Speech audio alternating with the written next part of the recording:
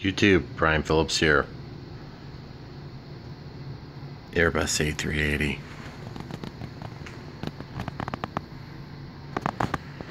I just wanted to go over some of the details here. You guys have already kind of seen most of this. We got some of the finishing touches today, finally.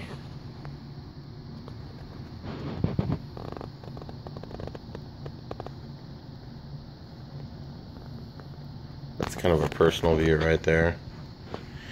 APU exhaust.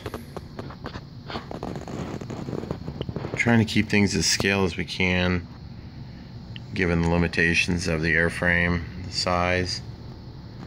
Covering up labels, touching up screw-ups from the factory.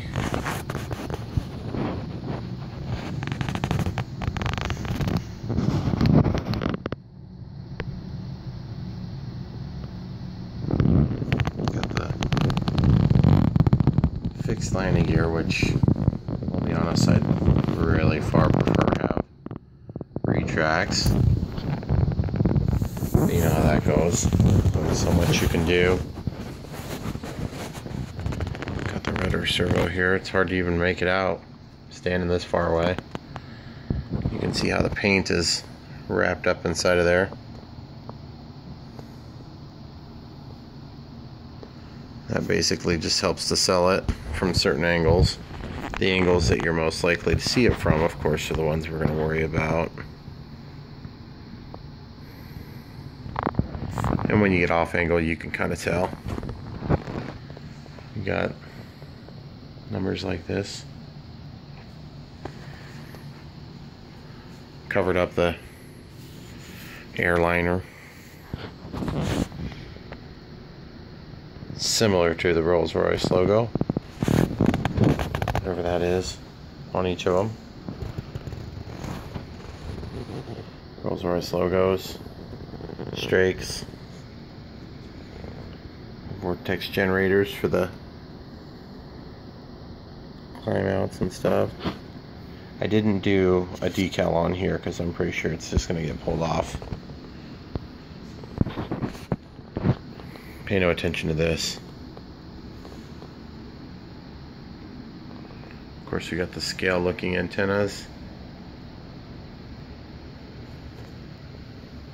Correct location, correct count. I do not have satellite internet. The Q band or the K band. Neither, because they're ugly. We're going to redo this label. These ones we're going to redo as well. Got the little simulated wiper blade here. Pitot tubes on the side, I believe, and angle of attack indicators. Landing gear, we got some more details here. We couldn't get the no toe on there. It was just too small. The simulated cylinders there. Of course, it's steerable nose gear. You also notice that it's moved from its original factory position back here to up here because it looked totally stupid before. Star Alliance logo. Silver and black only, and then the white is assumed by the background.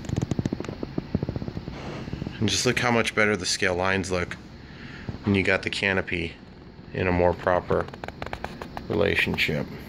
Still a little bit on the nosy side, but to be honest with you, this plane is a little bit nosy. You just have to have this. You have to have it. If you don't have it, it looks totally stupid. So if you mount this windshield up here, it's gonna look totally dumb. You're gonna lose the whole scale appearance because there's got to be a big old forehead on an A380. This forehead is what sells the look. This wheel, incidentally, is about 20 to 30% too big. The hubcap would be about 10%. Well, I can't remember the exact math we did, but this hubcap only is still a little bit too small. It's like 10% too small. So you could theoretically trim down those tires. Not sure I care enough on that, plus they're going to get worn down in use. Plus, we'd like to see this canted. That would help with the scale appearance. The nacelles just don't seem quite perfect, but they're close. Of course, the winglets, this decal broken up. Bendy wings, it's going to look cool in flight, but on ground it doesn't quite pull off the pre-stress that they'd have on an Airbus. So there you have it, guys. That's your teaser. Real quick, we're going to be flying on probably this one to begin with, 5,000 milliamp 3S 60C pack. I've taken and put an XT60 on it. I had an XT90, which is just ridiculous. Did some research, found out this plane is actually not very CG sensitive, so they don't even print it in the manual. This is a 3,000 milliamp 3S 30 to 40 C pack. We may be running this plane on 2 of these. Expected flight time, I'm expecting somewhere between 3 and 5 minutes here, and between 2 and 3 minutes on this, and between, of course, 3 and 6 minutes with 2. We've got our cables built, which are extension cables for a parallel battery connection, meaning there's 2 separate connections. We'll be using our DX18. Differential thrust is set up. Everything is pretty much ready to go. We've got the Lemon RX 7-channel with stabilization in there. As you can see, the only things left on this, look how ugly that thing looks stock. Puke, right? Look how much better this looks, guys. It actually looks like an Airbus. Here, sorry. Gotta get that freight out of the way there. But look how much better it looks, guys.